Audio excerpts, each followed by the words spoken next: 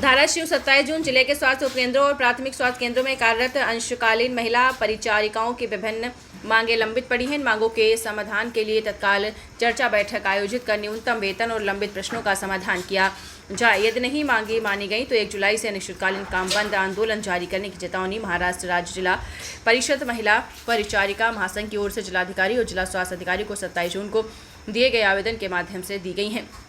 आवेदन में कहा गया है कि महिला परिचारिकाएं बिखरे हुए असंगठित दुर्गम क्षेत्रों में काम कर रही हैं। आदिवासी पिछड़े निराश्रित विधवा और परित्यक्ता वर्ग की महिलाएं हैं। इन पर दबाव डालकर पूरा समय काम लिया जा रहा है। महासंघ ने मांग की है कि महिला परिचारिकाओं को न्यूनतम 21,000 रुपये वेतन दिया जाए, अंशकालीन शब्द हटाया जाए, हर वर्ष गणवेश और भाई दूज दी जाए, अन्यथा 1 जुलाई से अनिश्चितकालीन काम बंद आंदोलन शुरू किया जाएगा।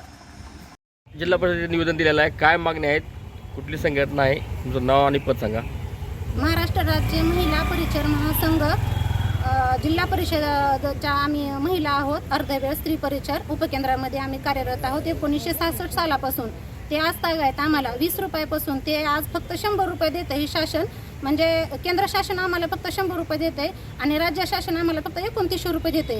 म्हणजे एखाद्या लहान लेकराच्या हातात एक चॉकलेट दिल्यासारखं आमची मस्करी करते हे शासन। आम्ही एक आरोग्य खात्यामध्ये म्हणजे अतिदक्षता विभागात काम करत असून सुद्धा हे शासन आम्हाला ना धड गणवेश नाही, आयडेंटिटी नाही, ना भाऊबीज नाही, अतिरिक्त कुठला भत्ता नाही। आम्हाला कोविड महामारीच्या काळामध्ये आमच्या महिलांनी अहोरात्र पेशंटची सेवा केली, मुलाबाळांचा किंवा स्वतःच्या जीवाचा विचार न करता। तरी देखील आमच्या महिलांनी निडरपणे उभ्या राहिले आणि पेशंटची सेवा दिली, तरी देखील आम्हाला एकही रुपया कुठलाही मानधन मिळालेले नाही। म्हणजे आमचा कुणी वालीच नाही असं म्हटलं जाते। या महाराष्ट्रामध्ये असं म्हटलं जाते की महिला सक्षमीकरण, कुठेही महिला सक्षमीकरण, उलट आमच्या महिलांचं शोषण होतंय साहेब। किती हजारो वेळेस आम्ही आझाद मैदानात येथे आंदोलन केले, पण आम्हाला कधीच आम्हाला फक्त आश्वासन भेटले, पण आम्हाला न्याय भेटलेला नाही साहेब। आमच्या पोराबाळांना आम्ही किलोभर तांदूळ चांगल्या क्वालिटीचा आणून खाऊ घालायचं, मात्र आमची तेवढी देखील ऐपत नाहीये। आम्हाला PSCला बोलवलं जाते ऑपरेशनच्या कॅम्पला। आम्ही कर्मचाऱ्याची कुठलीही गोष्ट टाळत नव्हत की पळतीवर जातो, त्यांच्या सेवेशी आम्ही 24 तास हजर राहतोय। डिलिव्हरी पेशंटच्या प्लासेंटाची विल्हेवाट लावणे, डिलिव्हरी पेशंटला मदत करणे, अतिरिक्त स्वच्छतेचं कामकाज करणे। कधी कधी तर आमचं 5-5 वाजेपर्यंत आमच्या महिला ड्युटी करते आणि आम्हाला अर्धे वेळ संबोधलं जात आहे सर।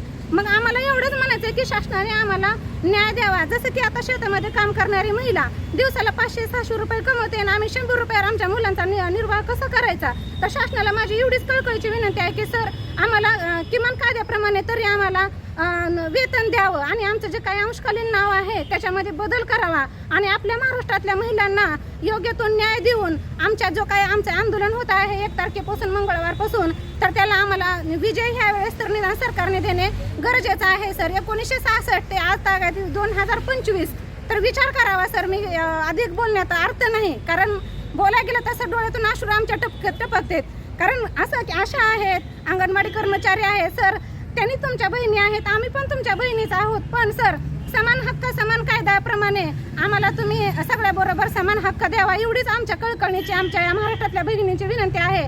तर आम्हाला किमान कायद्याप्रमाणे सर आम्हाला किमान वेतन लागू करावं। एवढ्याच फडणवीस साहेब असतील, शिंदे साहेब असतील, अजितदादा पवार साहेब असतील आणि आमचे आंबेडकर साहेब आरोग्यमंत्री, तर आमच्या बहिणीचे एवढे हात जोडून मी विनंती करते की लवकरात लवकर आमचा प्रश्न मार्गी लावावा सर।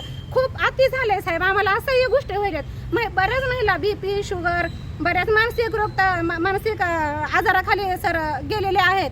तर असं होऊ देऊ नका सर। महाराष्ट्रातल्या भगिनीच्या वतीनं मी एकच कळकळीची विनंती करते की आमचा पगार लवकर वाढवून द्या, आम्हाला न्याय मिळवून द्या। नसेल तर साहेब आम्ही उद्याच्या मंगळवारपासूनच आम्ही बेमुदत काम बंद आंदोलन करीत आहोत।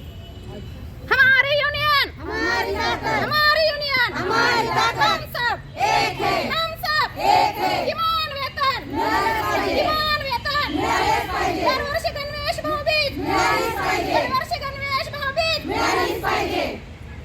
परिचर्या या म्हणजे महिलांच्या आंदोलनात सहभागी झालेले आहे, तरी अजितदादा पवार, मुख्यमंत्री एकनाथ शिंदे आणि आरोग्यमंत्री प्रकाश आंबेडकर साहेब यांनी सर्वांनी आमच्या महिला भगिनींची कळकळीची विनंती आहे की आमचं हे जे आंदोलन आहे ते त्यांनी लक्षात घेऊन आमचा पगार वाढ करावा, एवढीच त्यांना कळकळीची विनंती आहे।